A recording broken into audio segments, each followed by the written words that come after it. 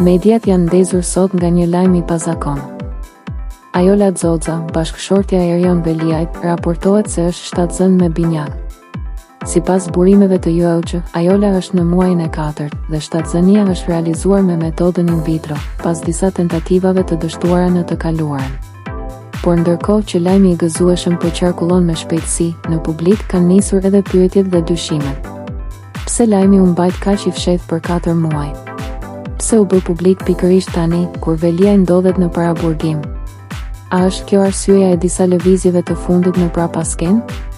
Askush nuk jep përgjigje të qarta, por një gjë është e sigurt. Familja Veliaj Xoxa është në qendër të vëmendjes si kur më parë. Nga njëra anë, lajmi i ëmbël i pritjes së binjakëve. Nga ana tjetër, situata e ndërlikuar e kryebashkiakut që aktualisht ndodhet në paraburgimin e Durrësit. A ka më shumë se ç'thuhet? A do të dalin detaje të reja? Publiku vetëm po pret.